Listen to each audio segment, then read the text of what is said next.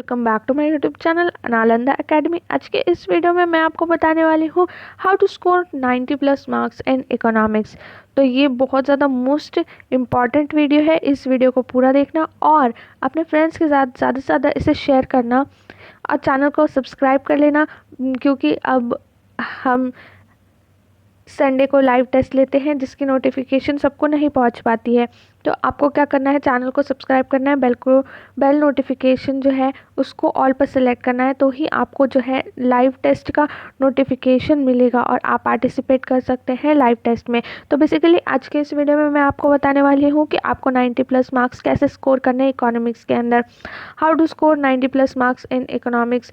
तो आज मैं बताने वाली हूँ कि कैसे मैंने 91 मार्क्स स्कोर किए हैं इकोनॉमिक्स के अंदर। मेरे 12th स्टैंडर्ड में इकोनॉमिक्स के सब्जेक्ट में मेरे 91 मार्क्स कैसे आए। तो पहले हम बात करेंगे प्रीलिम्स और सेमेस्टर्स एग्ज़ाम्स की रिज़ल्ट की। जो भी हमारे प्रीलिम्स के एग्ज़ाम्स के रिज़ल्ट होते हैं या सेमेस्टर एग्ज़ाम के रिज़ल्ट होते हैं वो थोड़े से उसमें हमारे मार्क्स कम होते हैं, और ऐसा ही मेरे साथ भी हुआ था। मेरे जो प्रीलिम्स के रिज़ल्ट आए थे उसमें मुझे 80 में से 53 मार्क्स ही मिले थे, और इसके बाद मैंने बहुत ज़्यादा जो है अपनी प्रिपरेशन अच्छी करी और हार्ड वर्क किया, जिससे मुझे 91 मार्क्स मिले। तो बेसिकली इस वीडियो में मैं आपको बता रही हूँगी कि क्या क्या आपको करना है, कौन कौन सी स्ट्रैटेजी को फॉलो करना है, टिप्स मैं बताऊँगी, तो फिर आप 91 स्कोर कर सकते हैं। तो आपका प्रीलिम्स या सेमेस्टर एग्ज़ाम में अगर स्कोर कम आ रहा है, ठीक है, 45, 50, 53 कितना भी स्कोर आ रहा है, लेकिन आपको यहाँ पर डरना नहीं है, ठीक है, बिल्कुल भी किसी को डरना नहीं है। आपको बस अपनी प्रिपरेशन अच्छी करनी है, एग्ज़ाम आपका इजी होगा। आपको ये सारे स्टेप्स फॉलो करने हैं, टिप्स को फॉलो करना है, आपको अपनी इम्प्रूवमेंट खुद दिखाई देगी, ठीक है। तो ये जो मैंने पहले आपको बताया कि 53 मेरे मार्क्स आए थे प्रीलिम्स में और 91 मेरे आए थे बोर्ड एग्ज़ाम में, ठीक है। तो इसके पीछे बहुत ज़्यादा मैंने हार्ड वर्क किया था और जो मेहनत करी थी। पहले मेरा 3 आवर्स में कंप्लीट नहीं हो पाता था पेपर, ये मेरी बहुत ज़्यादा बड़ी मिस्टेक थी। मेरा कभी भी ना पेपर छूट जाता था, और बहुत जिससे भी पूछोगे वो यही बोलेगा आपको कि इको का पेपर जो होता है बहुत ज़्यादा लेंदी होता है, ठीक है, इसे कंप्लीट नहीं हो पाता है। ये जो पेपर होता है ना, ये 3 आवर्स में कभी कंप्लीट ही नहीं हो पाता है, ठीक है, 3 आवर्स में कंप्लीट नहीं हो पाता है। तो इसके लिए हमें क्या करना पड़ता है पता है, बहुत ज़्यादा प्रैक्टिस करनी पड़ती है। जब हम प्रैक्टिस करेंगे तो क्या होगा, हमारी स्पीड हो जाएगी, राइटिंग स्पीड हो जाएगी, और हम पूरा पेपर कंप्लीट कर सकते हैं 3 आवर्स में, ठीक है। लेकिन इसके लिए आपको प्रैक्टिस करनी पड़ेगी, आपको हार्ड वर्क करना पड़ेगा, आपको थोड़ी मेहनत करनी पड़ेगी। देखो, मेहनत सबको करनी पड़ती है, मेहनत शेर को भी करनी पड़ती है। शेर को भी हिरन चल के नहीं आता है शेर के मुंह में, शेर को खुद मेहनत करके शिकार करना पड़ता है, ठीक है। तो यहाँ पर आपको भी मेहनत करनी है, शेर भी मेहनत करता है। ऐसे नॉर्मली हिरन चल चल कर आता नहीं है शेर के पास, शेर भी मेहनत करता है। तो आपको भी मेहनत करनी है। तो आपको ये पूरा वीडियो देखना है अच्छे तरीके से, और अगर अच्छा लगेगा वीडियो तो लाइक भी करना है और अपने फ्रेंड्स के साथ शेयर भी करना है, ठीक है। तो फर्स्ट टिप है कॉन्सेप्चुअल अंडरस्टैंडिंग, ठीक है। रट्टा मार के कोई भी नहीं जाएगा एग्ज़ाम में। अगर आपने रट्टा मारा है तो भूलने के चांसेस ज़्यादा हैं, ठीक है, आप भूल भी सकते हैं। जैसे फॉर एग्ज़ाम्पल हमारे इकोनॉमिक्स में कॉन्सेप्ट हैं वेरिएशन इन डिमांड और एक है चेंजेस इन डिमांड, ठीक है। दोनों में बहुत ज़्यादा डिफरेंस है।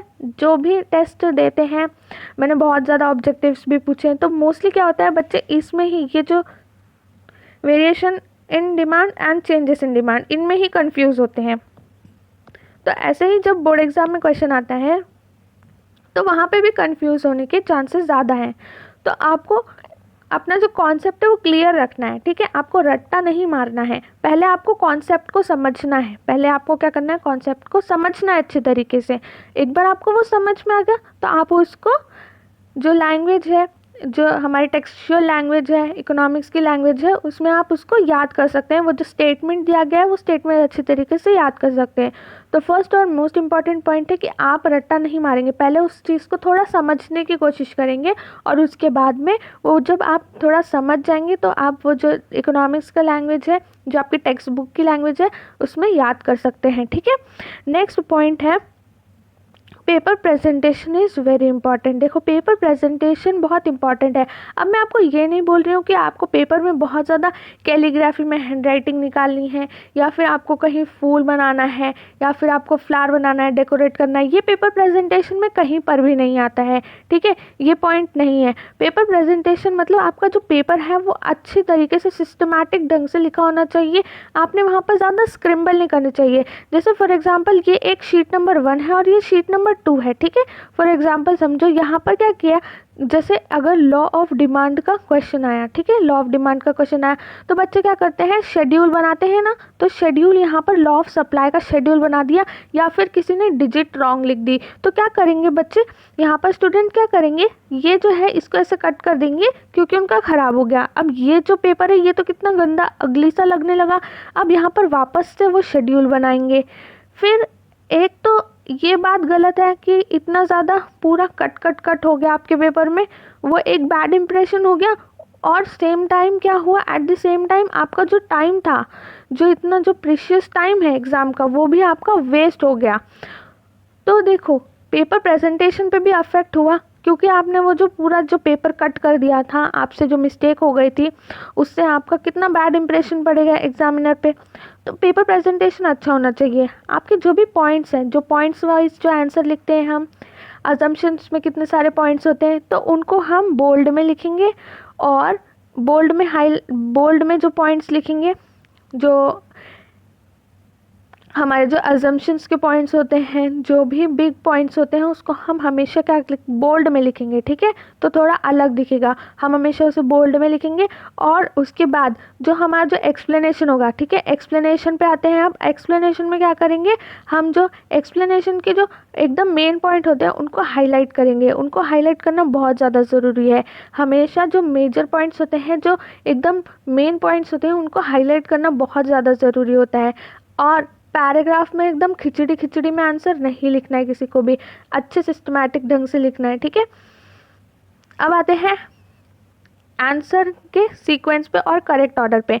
Answer should be in a correct order और अ सीक्वेंस, ठीक है। आपको जो सीक्वेंस दिया गया है उसको फॉलो करना बहुत ज़्यादा ज़रूरी है, ठीक है। आंसर आप लिखते हैं लेकिन उल्टा पुल्टा लिखेंगे, ऊपर नीचे लिखेंगे। आप पहले शेड्यूल बनाएंगे, पहले डायग्राम बनाएंगे, फिर शेड्यूल बनाएंगे, फिर जो स्टेटमेंट ऑफ लॉ लिखेंगे, ऐसा नहीं होगा, ठीक है। ये करेक्ट नहीं है। करेक्ट ऑर्डर कैसा है, for example law of demand का क्वेश्चन आएगा, ठीक है, ये 8 मार्क्स के लिए अगर आएगा लॉ ऑफ डिमांड का क्वेश्चन, और ये मोस्ट ऑफ द टाइम आता है, ठीक है। लॉ ऑफ डिमांड हमेशा मतलब बहुत मोस्ट वांटेड क्वेश्चन है ये लॉ ऑफ डिमांड। कभी आएगा एक्सेप्शन के साथ, कभी आएगा अजम्पशन के साथ, तो इससे बहुत अच्छे से पढ़ना। लॉ ऑफ सप्लाई का क्वेश्चन भी बहुत बार आता है 8 मार्क्स के लिए, अजम्पशन और एक्सेप्शन, ठीक है। Law of demand, law of supply, ये 8 मार्क्स के क्वेश्चन होते हैं। अब इनका जो ऑर्डर होता है वो आपको हमेशा जो ऑर्डर है उसको ही फॉलो करना है। पहले इंट्रोडक्शन लिखना है, उसके बाद में स्टेटमेंट ऑफ द लॉ लिखना है, उसके बाद में हमें क्या करना है, स्टेटमेंट ऑफ द लॉ के बाद शेड्यूल बनाना है, शेड्यूल का हमें एक्सप्लेनेशन देना है, उसके बाद में डायग्राम बनाना है, डायग्राम का एक्सप्लेनेशन लिखना है, उसके बाद में हमें क्या करना है, अजम्पशन या एक्सेप्शन जो भी क्वेश्चन में पूछा गया है आपको वो एक्सप्लेन करने हैं सारे के सारे पॉइंट्स। और सबसे लास्ट में कंक्लूजन भी आपको लिखना है, ठीक है। लॉ ऑफ डिमांड का जो क्वेश्चन है मैंने आपको सिस्टमैटिक वे में दिया है, उसका लिंक आपको डिस्क्रिप्शन में मिलेगा, आप चाहें तो देख भी सकते हैं, ठीक है। तो आपको वो ऑर्डर फॉलो करना है, आपको ऑर्डर को ब्रेक नहीं करना है, तो आपका जो आंसर है वो करेक्ट होगा। डायग्राम, अब आते हैं हम डायग्राम के ऊपर। जो डायग्राम होता है वो इकोनॉमिक्स का पेपर का आन बान और शान होती है, ठीक है। जो आपके पेपर में जान डालने वाली है वो है आपका डायग्राम। डायग्राम जो है आपके पेपर में जान डाल देगा, और डायग्राम बहुत ज़्यादा मोस्ट इंपॉर्टेंट होता है। इकोनॉमिक्स का टीचर, एग्जामिनर हमेशा आपके डायग्राम को पहले देखता है। डायग्राम जो होता है वो आपको हमेशा अच्छी तरीके से बनाना है, पेंसिल से बनाना है, ठीक है, पेंसिल से बनाना है। अब जिनको नहीं आता है डायग्राम अच्छे से बनाना वो प्रैक्टिस करें, ठीक है। उनको मैं बोल रही हूँ कि आपको ज़्यादा से ज़्यादा प्रैक्टिस करनी है, जिसको नहीं आता है, ठीक है। प्रैक्टिस करेंगे तो आपको डायग्राम भी आ जाएगा। डायग्राम नीट और क्लीन होना चाहिए। आप हमेशा पेंसिल से बनाएंगे और पेंसिल से नीट एंड क्लीन डायग्राम बनाएंगे और उसको लेबलिंग, ठीक है, लेबलिंग और फुल मार्किंग के साथ बनाएंगे, फुल मार्किंग और लेबलिंग, ठीक है। लेबल हमेशा करना डायग्राम को। आपका जो डायग्राम है वो मैं यहाँ पर स्क्रीन पर दिखाऊंगी। स्क्रीन पर आपको दिख रहा होगा कि कैसे, यहाँ पर देखो पूरा अच्छे तरीके से यहाँ पर दिख रहा है डायग्राम कि ये पूरा लेबल किया हुआ डायग्राम है, ठीक है। ये पूरा लेबल किया हुआ डायग्राम है और ये दूसरी साइड आपको दिख रहा होगा, ये जो डायग्राम होगा वो आपका नॉट लेबल्ड डायग्राम होगा, ठीक है। तो आपको दोनों को देखना है और कंपेयर करना है, ठीक है। तो ये जो आपको दिख रहा है, ये स्क्रीन के ऊपर आपको नीट एंड क्लीन डायग्राम बनाना है फुल लेबलिंग के साथ, ठीक है। तो आपको मार्क्स अच्छे मिलेंगे। और जिनको डायग्राम बनाना नहीं आता है वो प्लीज़ प्रैक्टिस करें, डायग्राम बनाने की कोशिश करें। डायग्राम बनाएंगे तो आपको अच्छे से आ जाएगा।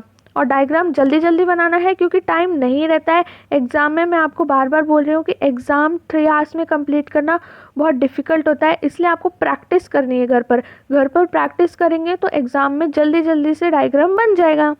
नेक्स्ट है solve previous question papers with timer लगा कर ही सॉल्व करना। कभी भी आप सॉल्व करेंगे जो क्वेश्चन पेपर्स हैं प्रीवियस ईयर क्वेश्चन पेपर्स, वो आपको टाइमर लगा के सॉल्व करने हैं।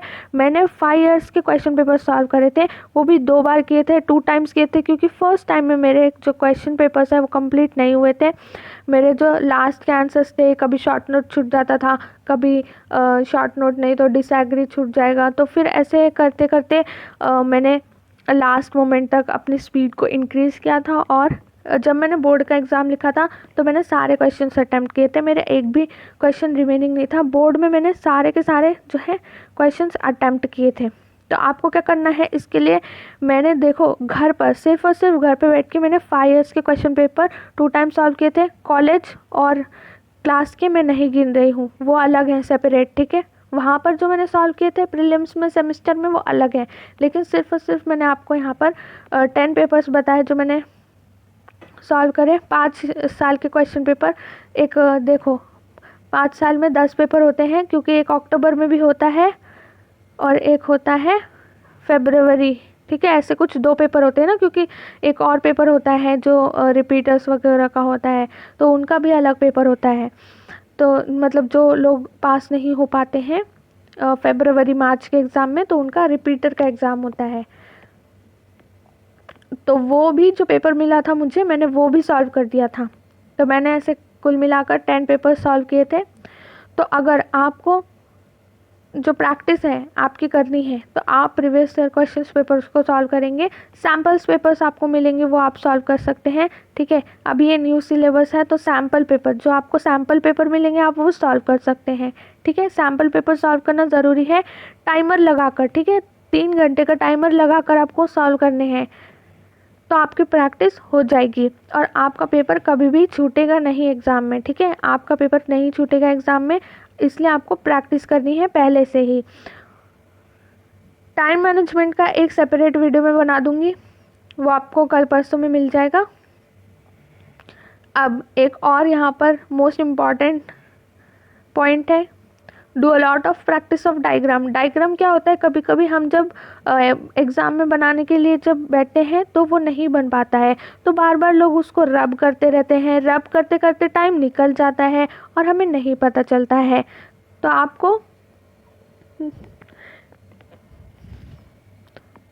आपको घर से ही प्रैक्टिस करनी है, अभी से ही प्रैक्टिस करनी है, ताकि आपका जो डायग्राम होगा एग्ज़ाम में वो नीट एंड क्लीन बनेगा और आपको रबर की भी ज़रूरत नहीं पड़ेगी। यहाँ तक कि मैंने इतना ज़्यादा प्रैक्टिस किया था डायग्राम्स का कि जब मैंने एग्ज़ाम में बनाए थे तो मुझे इरेज़र नहीं जो है मैंने यूज़ करी थी, क्योंकि गलत नहीं हुआ था, क्योंकि हमने इतनी ज़्यादा प्रैक्टिस करी है तो वो रॉन्ग नहीं होता है एग्ज़ाम में। ये ध्यान में रखो, अगर आप आज प्रैक्टिस करोगे तो कल आपको इजी ही होने वाला है वो टास्क, ठीक है। अब ये मोस्ट इम्पॉर्टेंट और गोल्डन पॉइंट है, please try to write in a good language. जो लोग बोलते हैं मुझे इंग्लिश आती है, मुझे इंग्लिश बहुत अच्छी आती है, मैं तो एक दिन में ही इकोनॉमिक्स पढ़ लूँगा, तो ऐसा नहीं होता है। जो लैंग्वेज होती है इकोनॉमिक्स की वो थोड़ी अलग होती है, वो थोड़ी डिफ़िकल्ट होती है। और अगर आप लैंग्वेज जो है इकोनॉमिक्स की लैंग्वेज में नहीं लिखेंगे, इकोनॉमिक्स का पेपर जो है टेक्सचुअल लैंग्वेज आपको फॉलो करनी है, टेक्स्ट बुक को आपको फॉलो करना है। फॉलो आप हमेशा टेक्स्ट बुक को करेंगे। टेक्स्ट बुक की जो लैंग्वेज है ना वो बहुत ज़्यादा अच्छी है, और अगर वैसे आप आंसर लिखेंगे, ठीक है, आपको पॉइंट वाइज एक तो आंसर लिखने हैं, आपको बहुत ज़्यादा नहीं लिखना है, एग्जैजरेटेड वे में नहीं लिखना है, जितना पूछा गया आपको उतना एक्सप्लेन करना है। तो आपको जो है उतने ही पॉइंट्स एक्सप्लेन करने हैं, लेकिन वो अच्छी लैंग्वेज में होनी चाहिए, ठीक है। वो जो लैंग्वेज है आपकी टेक्सचुअल लैंग्वेज होनी चाहिए। तो आपको टेक्स्ट बुक को ही फॉलो करना है, और अपने जो आंसर्स हैं वो अच्छे तरीके से प्रिपेयर करने हैं। टेक्स्ट बुक के साथ ही टेक्स्ट बुक की लैंग्वेज जो है आपको वो ही फॉलो करनी है। आप अपने जो लैंग्वेज है उसमें मत लिखना। अगर आप जो टेक्सचुअल लैंग्वेज को फॉलो करेंगे तो आपको चांसेस है ज़्यादा मार्क्स मिलेंगे, ठीक है। क्योंकि टेक्सचुअल लैंग्वेज कैसी है, इकोनॉमिक्स की लैंग्वेज कैसी है, आपने टेक्स्ट बुक रीड करी होगी, बहुत ईजी है। अगर आप 2-3 बार उसको थरोली रीड करोगे तो आपको आ जाएगा, बहुत ईजी है और बहुत ही अच्छी है, ठीक है। तो आपको वही पॉइंट्स को हाईलाइट भी करना होता है, जो मेन पॉइंट्स होते हैं ये ध्यान में रखना है आपको। और ऐसे ही जो मैं वीडियो बनाती रहूँगी आपके लिए कि आपको और क्या क्या प्रिपरेशन करनी है, कैसे कैसे प्रिपरेशन करनी है, तो प्लीज़ चैनल को सब्सक्राइब ज़रूर कर लेना। रिवीजन बहुत ज़्यादा इंपॉर्टेंट है। अगर आप रिवीजन करोगे तो आपको हर एक आंसर बहुत जल्दी याद रहेगा, और एग्ज़ाम में आप कभी भी गड़बड़ नहीं करोगे कि चेंजेस इन डिमांड बोला है तो आपने वेरिएशन इन डिमांड लिख दिया, तो ऐसा कभी भी नहीं होगा अगर आप रिवीजन करते रहोगे। तो रिवीजन बहुत ज़्यादा इम्पॉर्टेंट है। प्रैक्टिस मेक्स मैन परफेक्ट, ये हमारा क्वेट ऑफ द डे था। तो आप प्रैक्टिस करें तो आप जो है परफेक्ट हो जाएंगे अपने एग्ज़ाम के लिए। तो मिलते हैं हम नेक्स्ट वीडियो के अंदर। Thank you so much for watching. अगर वीडियो अच्छा लगता है तो लाइक ज़रूर करना और अपने फ्रेंड्स के साथ शेयर ज़रूर करना। मिलते हैं हम नेक्स्ट वीडियो में। Thank you so much for watching.